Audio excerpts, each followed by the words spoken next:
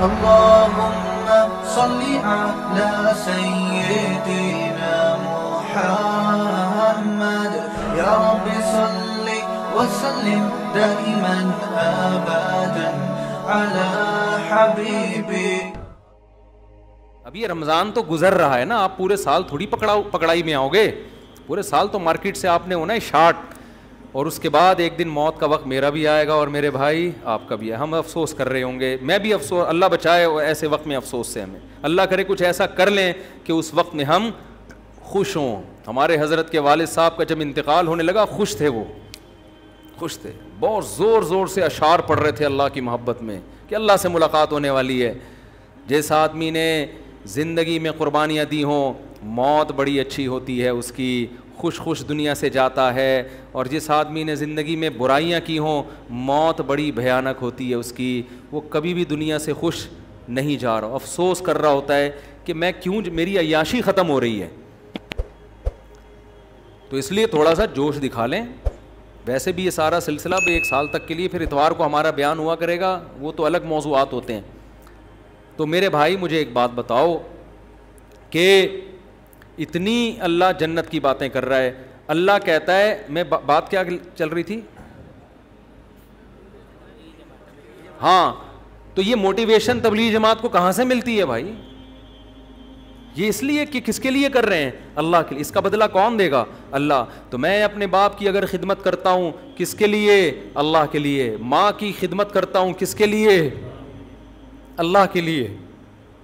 میں اگر رشتہ دار, میں سے مراد ہم سب, میں اگر رشتہ داری جوڑتا ہوں کس کے لیے؟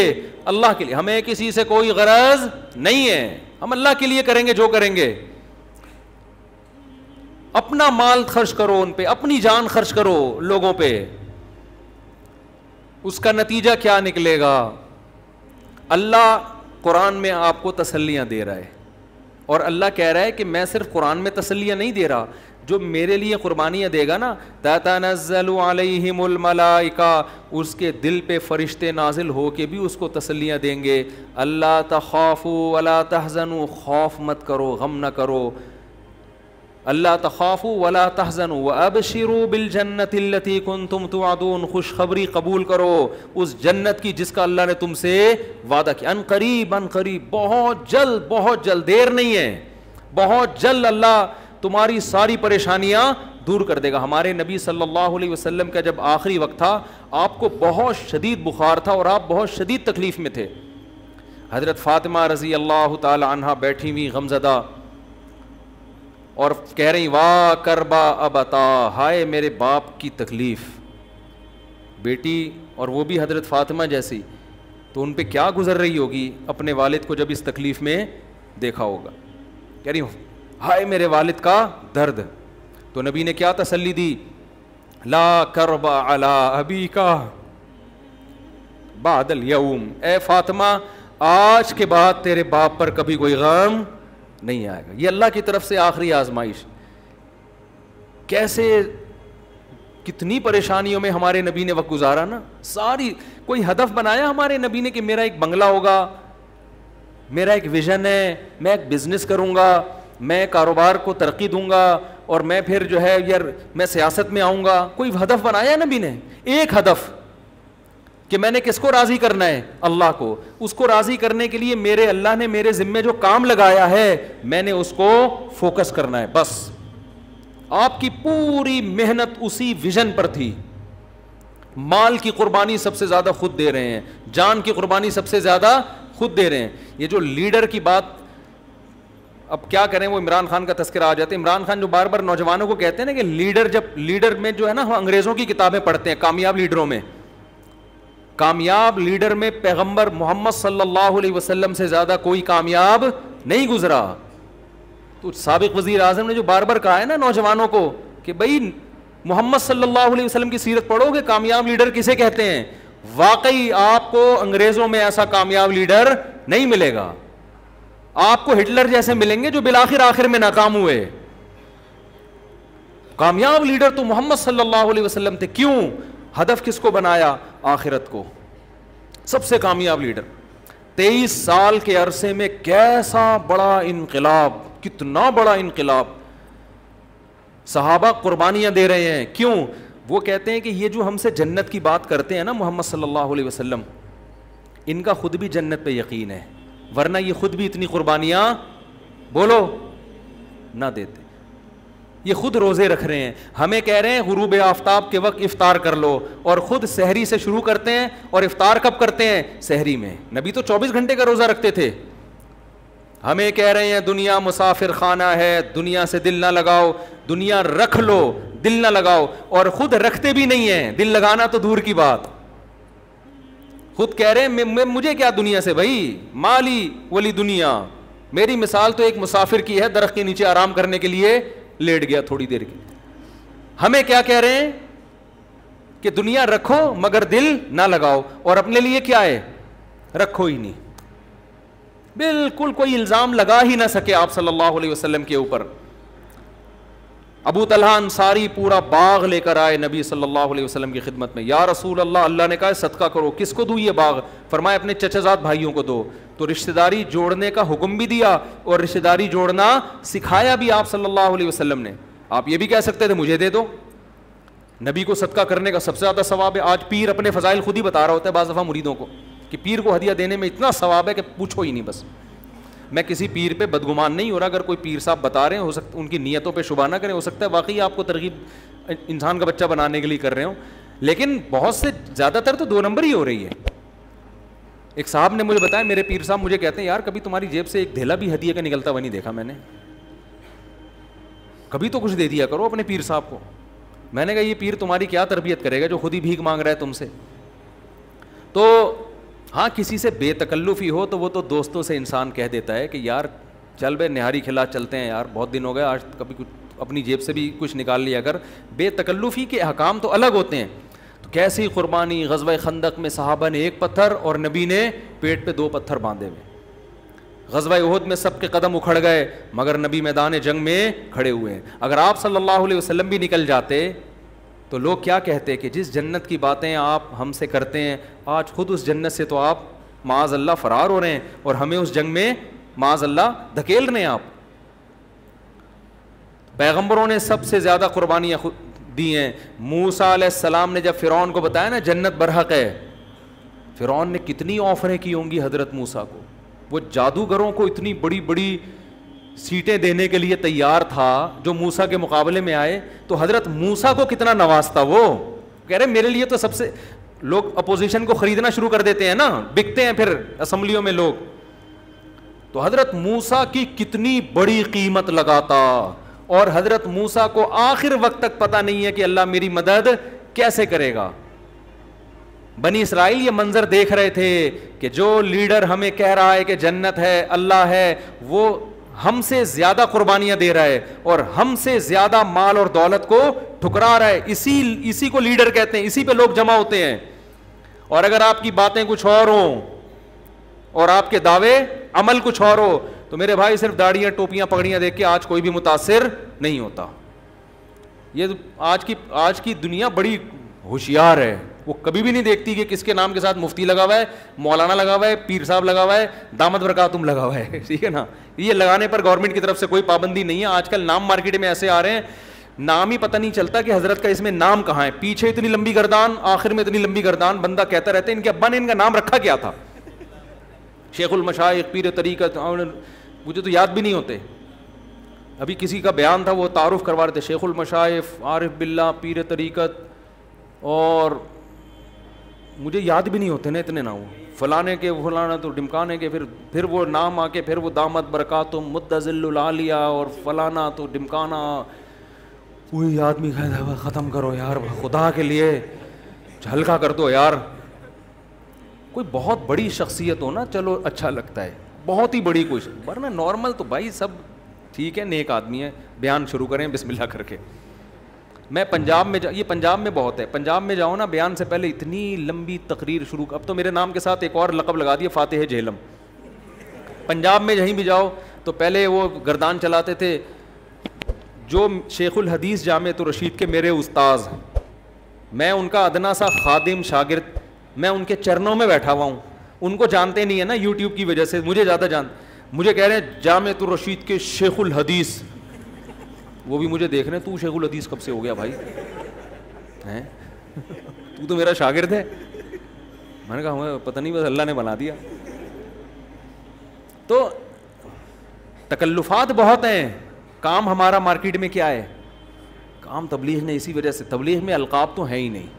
تبلیغ میں ایک پتہ چلتا ہے, حضرت کبھی اسٹیج پہ ایسا کیا, اب میں دعوت خطاب دے رہا ہوں حضرت حاجی عبد الوہاب صاحب جنہوں نے تبلیغ میں اتنے سال لگائے, پھر فلانے ملک میں گئے, پھر فلانی جگہ سے.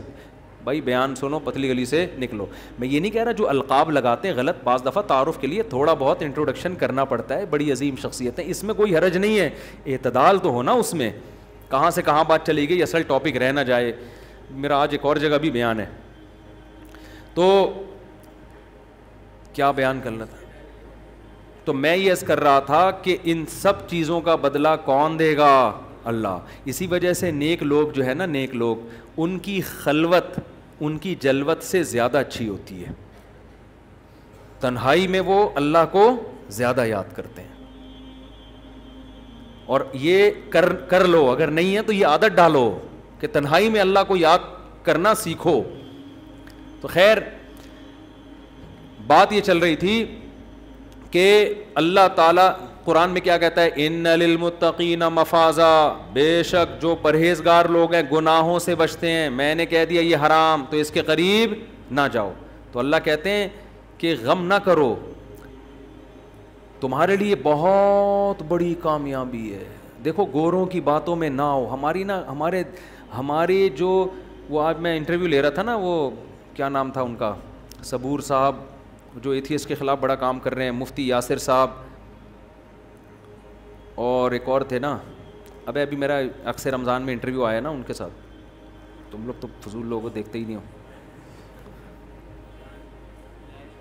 تو وہ کہہ رہے تھے کہ یہ جو ہمارے پاکستانی لوگ جب نئے نئے لندن اور یہاں آتے ہیں نا, ادھر امریکہ آتے ہیں, تو یہ بہت متاثر ہوتے ہیں گوروں سے. تو ایسے لوگوں کو انہوں نے نام رکھا ہوا ہے براؤن صاحب. کوشش تو کرتے ہیں انگریز بننے کی, کوشش کیا کرتے ہیں, بڑے انسپائر ہیں ان سے. تو کہہ رہے ہیں ہم لیکن ان کے لیے ایک نام رکھا ہوا ہے, کیا یہ براؤن صاحب ہیں بھورے. ٹھیک ہے نا. تو بھورے کو, ہمارے ایک رشتہ دار تھے, وہ ان کا کلر بھورا تھا, تو ان کا نام لوگوں نے مسٹر براؤن رکھ دیا تھا. تو خیر, تو بھائی اللہ کی بات ہے, ومن اصدق من اللہ قیلا ومن اصدق من اللہ حدیثا. اللہ کہتے ہیں اللہ سے زیادہ کس کی بات سچی ہو سکتی ہے, اللہ سے زیادہ. اور کسی کی ظاہری ترقی دیکھ کے کبھی متاثر نہ ہو. جب نبی صلی اللہ علیہ وسلم نے دعوت دی نا, تو سب سے بڑا الزام آپ پر یہ رکھتا تھا کہ آپ ترقی یافتہ کیوں نہیں ہیں. ترقی یافتہ تو روم اور فارس ہیں. روم اور فارس کی بڑی بڑی حکومتیں تھیں, بڑی عیاشی تھی, بڑی ترقی تھی. تو قرآن نے کیا کہا, فلا یغررک تقلب الذین کفروا فی البلاد. جو لوگ اللہ کے منکر ہیں, اللہ کی نہیں مانتے, ان کی ٹھاٹ باٹ اور زمین میں گھومنا اور لائف کو انجوائے کرنا, اے لوگوں تمہیں ہرگز دھوکے میں نہ ڈال دے. متاع قلیل, تھوڑے دن کے چند ٹکے ہیں یہ. آج لوگ کہتے ہیں نا وہ اتنی ان کی صحتیں اچھی, ان کے ہاں ریاست اتنی اچھی, ان کے ہاں امن و امان, ان کی سڑکیں اتنی اچھی. تو اصل تو ترقی یافتہ وہ ہیں. اللہ کیا کہتا ہے, متاع قلیل, چند ٹکے ہیں 2 دنوں کے. ٹھیک ہے نا. 2 منٹ میں اللہ اس کی اوقات بتا دیتا ہے, اس صحت کی, اس کامیابی کی. یعنی اللہ تو ایسا لگ رہا ہے کہ ان کو بالکل اہمیت دینے کے لیے تیار ہے ہی نہیں. ہم کتنی اہمیت دے رہے ہیں. امریکہ اور پاکستان برابر ہیں, بتاؤ. ارے آپ میں سے کسی کو امریکہ کا ویزا مل جائے, نیشنل مل جائے, میرا خیال ہے بیان کے دوران ہی بھاگ جاؤ گے, بولے کہ صاحب جنت میں بیان امریکہ میں بیٹھ کے سنیں گے, بھی جانے دو. فیملی کے ساتھ, اگر فیملی کے بغیر بیوی چھوڑ کے بھاگ جاؤ گے. کیوں, بڑا فرق ہے بھائی. گٹر کے ڈھکن, گٹر ہی نہیں ہے وہاں, تو ایسا سیوری سسٹم ہے, اتنا پیارا, پولیس اتنی پیاری, اس کو دیکھ کے آدمی کا دل چاہتا ہے مجھے پکڑ کے لے جائے, جیل میں بند کر دے. System, thank you. عدالتیں 12 بجے نہیں کھلتی وہاں, عدالتیں کچھ بھی ہو جائے. وہاں کبھی بھی ایسا نہیں ہوگا کہ عدالت 12 بجے کھلے. وہاں روز ٹائم پہ کھلتی ہے, ٹائم پہ ان کے سماج چل رہی ہوتی ہے, انصاف ملتا ہے. تو کتنا خوبصورت سسٹم دنیا کے لحاظ سے, اور گورے گورے کلر ان کے, اور کوئی پابندی نہیں ہے. بھائی تجھے وسیم پسند ہے اس کو لے جا, چل یار. ہمارے یہاں شادی جو حلال ہے وہ نہیں ہو رہی, اور ان کے ہاں وسیم اور کائنات کا فرق انہوں نے عورت اور مرد کا فرق مٹا دیا ہے کہ یار جو پسند ہے لے جاؤ, انجوائے کرو لائف, ٹھیک ہے, ہمیں نہیں تنگ کرو زیادہ آ کے. ابا کو بھی تنگ نہیں کرتے وہاں لوگ, ابا مجھے میری شادی کرا دو, ابا کہے گا بھائی یونائٹڈ نیشن کا لا ہے, انسان ہیومن رائٹس, انسان کیا ہے, آزاد ہے, جو چاہے. اگر وہ ابا صحیح طرح سے براؤن ہوگا, اگر مشرقی تڑکا لگا ہوا ہے پھر تو وہ اس کی میٹر گھوم جائے گا, بھائی کیا کر رہا ہے, اتنا زیادہ کیوں فری ہو رہا ہے. لیکن اگر آپ پورے کنورٹ ہو جائیں تو آزادی, شراب پئیں, نائٹ کلبوں میں ناچیں گائیں, مزے کریں, ڈالر کماؤ آپ. تو لوگ کہتے ہیں, اور پھر سائنسی ایجوکیشن بھی ہے ہمارے یہاں, تو ایجوکیشن ہی نہیں ہے, اسکول ہی نہیں ہے, تو ایجوکیشن کہاں سے ہوگی. اسکول کے نام پہ تنخواہیں لے رہے ہیں لوگ, کتنی عیاشی ہے, کتنی عیاشی ہے. تو ہم کہتے ہیں یا اللہ بڑا فرق ہے, تھوڑا فرق نہیں ہے. دو اللہ کو نہیں مانتے ان کی تو دنیا میں جنت ہے, اور تو ہمیں کہہ رہے کہ نہیں کوئی جنت نہیں ہے. تو کتنا بڑا فرق ہے بھائی. تو اللہ کیا کہتا ہے, متاع قلیل, کوئی زیادہ فرق کچھ بھی نہیں ہے, کچھ بھی نہیں ہے. اللہ کہتے ہیں چند ٹکے ہیں, ٹھیک ہے. جیسے کوئی بھکاری بہت زیادہ تنگ کر رہا ہوتا ہے نا, آپ دینا نہیں چاہتے تو لوگ کہتے ہیں ابے 2-4 ٹکے پکڑا کے جان چھوڑا اس سے یار. تو آپ کہتے جو 54-58 ہاتھ میں, بعض دفعہ جیب میں آدمی ہاتھ ڈالتے دیکھتے ہیں, چل یار چل شاباش چل دے دیا نا, جا یہاں سے. تو اللہ یہی کہتا ہے کہ یہ کیا ہیں, چند ٹکے. بلکہ اللہ اس سے بھی بڑھ کے بات کرتا ہے. اللہ کہتا ہے وَلَوْلَا أَن يَكُونَ النَّاسُ أُمَّةً وَاحِدَةً, بہت اہم آیت ہے. اگر یہ خوف نہ ہوتا, یہ اندیشہ نہ ہوتا کہ ہم کافروں کو بہت زیادہ دے دیں گے تو مسلمانوں کی آزمائش اور بڑھ جائے گی, پھر یہ بھی کافر ہو جائیں گے. اگر یہ اندیشہ نہ ہوتا تو ہم کافروں کو اتنا دیتے, لَجَعَلْنَا لِمَن يَكْفُرُ بِالرَّحْمَنِ لِبُيُوتِهِمْ سُقُفًا مِّن فِضَّةٍ, ان کی گھروں کی چھتیں چاندی کی ہوتی, دیواریں سونے کی ہوتی, سیڑھیاں سونے کی ہوتی, اور جن دیواروں پہ ٹیک لگاتے وہ سونے کی ہوتی. اتنی ڈالر والر جو آپ کا پتہ نہیں 180-172 کتنا, ہم تو اسی پہ رو رہے ہیں یار, ہمارا 172 ان کے $1 کے برابر, اسی پہ رو رہے ہیں. اللہ کہتے ہیں میں اتنا دیتا ان کو کہ وہ سونے اور چاندی میں کھیلتے, عیش کرتے. لیکن اگر بہت زیادہ دے دیتا تو تمہاری آزمائش اور زیادہ بڑھ جاتی. تم یہ سمجھتے اللہ کی ساری ہمدردیاں, اللہ کی ساری محبتیں ان کے ساتھ ہیں, ہم باطل دین پر ہیں, تبھی اللہ ہمیں پوچھتا ہی نہیں ہے. ہم تراویاں پڑھ رہے ہیں, ہم نماز پڑھ رہے ہیں, ہم روزے رکھ رہے ہیں, اور جب جیب میں ہاتھ ڈالو ہاتھ وہیں سے پھٹی ہوئی جیب سے نکل کے باہر آ جاتا ہے. وہ پھٹی ہوئی جیب کو سلواتے بھی نہیں ہیں یار, ضرورت اس تکلف کی ضرورت کیا ہے. اور ہم پر حکمران کیسے ٹانگیں کھینچتے رہتے ہیں, تقریریں کیسی کر رہے ہوتے ہیں. خیر, تو بدحالی, غربت, مہنگائی, اور اگر کوئی ملک ترقی کر بھی رہا ہے تو وہ بہت ساری غیرت کے سمجھوتے کر لیتا ہے. وہ کیا کر لیتا ہے, وہ اپنے ایٹمی اثاثے حوالے کر دیتا ہے, پھر وہ ترقی کرنا شروع کرتا ہے, غیرت کے سودے کرتا ہے. وہ لبرل بننے کی کوشش کرتا ہے, پھر دولت اس کی طرف بھی آنا شروع ہوتی ہے. جو اسلامی ملکوں میں بہت پیسے والے ملک ہیں نا, آپ کو ان تلوں میں تیل بالکل بھی نظر نہیں آئے گا, صحیح ہے نا. انہوں نے سمجھوتے کر لیے ہیں بھائی, کوئی مسئلہ نہیں ہے. تو انہوں نے بھی کہا بڑی طاقتوں نے, ٹھیک ہے مزے سے بنا لیا کرو, ٹھیک ہے حج وج کر لیا کرو, کوئی اتنا بڑا پرابلم کی بات نہیں ہے. ہماری آنکھوں میں آنکھیں ڈال کے بات کرنے کی کبھی بھی کوشش نہ کرنا. نہ مضبوط فوج بنانی ہے آپ نے, نہ بم بنانے. شب برات کے پٹاخوں کی حد تک آپ کو اجازت ہے پٹاخے پھاڑنے کی, اس سے زیادہ اگر آپ فری ہونے کی کوشش کی اچھا نہیں ہوگا. تو غیرت کے سودے کر لیے. مفتی طارق مسعود صاحب کے بیانات سننے کے لیے youtube.com/مفتی طارق مسعود کو سبسکرائب کریں. اور اگر آپ لائیو ویڈیو کو کبھی بھی مس نہیں کرنا چاہتے ہیں تو سبسکرائب کرنے کے بعد بیل آئیکن پہ کلک کرنا مت بھولیں. جزاک اللہ.